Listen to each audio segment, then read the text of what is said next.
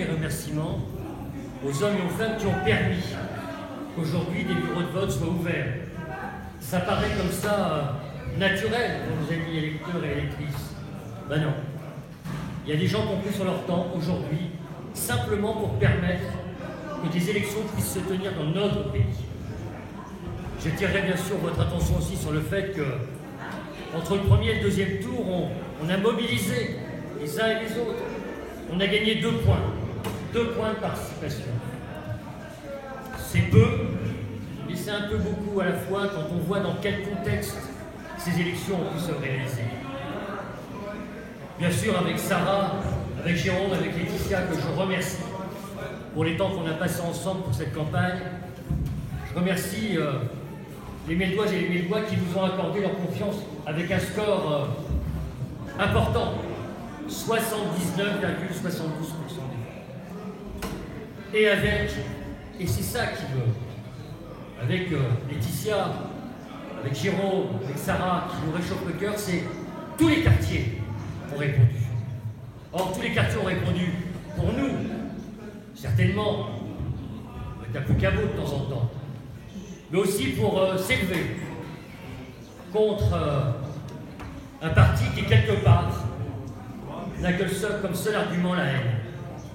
Et c'est bien la preuve que, à l'image de ce que Jean-François a voulu sur Meaux, c'est-à-dire mot pour tous, on aura réussi effectivement de faire mot pour tous par le score que nous avons fait, et encore une fois, quels que soient les quartiers.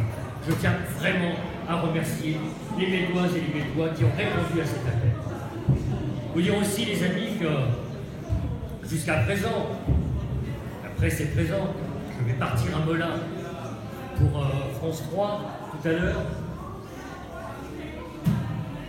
Je vais être candidat au 3e tour des départementales.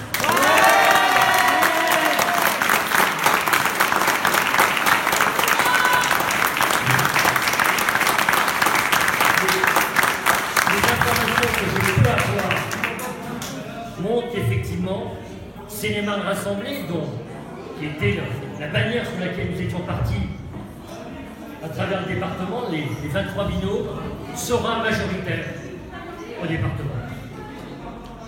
Là aussi, c'est bien entendu avec beaucoup d'émotion que je me présenterai au 3e tour avec cette volonté, entre guillemets, de faire entendre la voix du nord du département.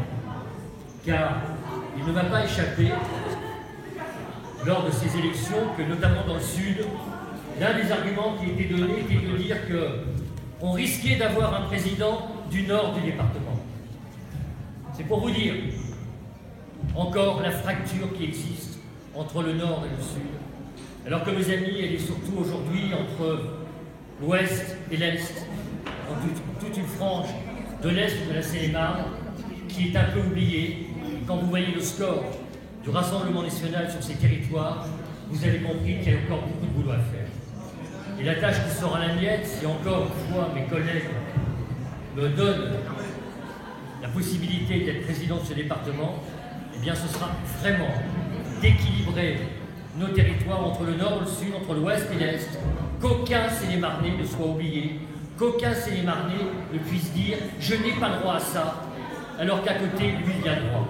Ce sera vraiment cette volonté, entre guillemets, de justice dans les territoires, de justice pour que, aujourd'hui, les richesses qui peuvent exister dans l'ouest du département, avec Marne-la-Vallée, avec Disney, avec une partie du nord, avec Roissy, puissent être partagées avec l'ensemble des habitants du département.